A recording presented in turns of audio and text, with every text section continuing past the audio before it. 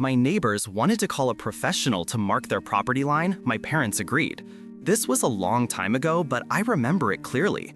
We moved into a community with tight spaces in between our house and our neighbors, and we didn't like them being able to see into our kitchen. We put up a bunch of plants, costing thousands, but my parents thought it would be worth it. A week later, my parents awoke to the plants completely chopped down. My father was furious and marched down to our neighbor's house. He told my father the plants were on his property line, therefore he had total right to take them down. He warned that if anything were to go on his property again, he would report us to the authorities immediately.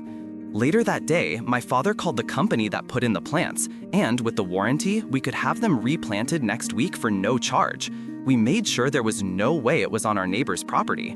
However, a few days later, we caught him chopping them down at 2 a.m. We called the police upon obstruction of property, and after a chat with my neighbor, he decided to call a professional and mark his property line. My father agreed.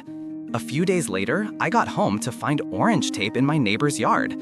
Apparently, his fence was 11 feet over our property line. We watched as he took down his fence, completely furious. Within the next month, we were enjoying our new space and privacy in our backyard, and my neighbor ended up losing 1/4 of his backyard. My neighbor ended up having to pay almost $10K for the destruction of our property, and we got to plant our plants again.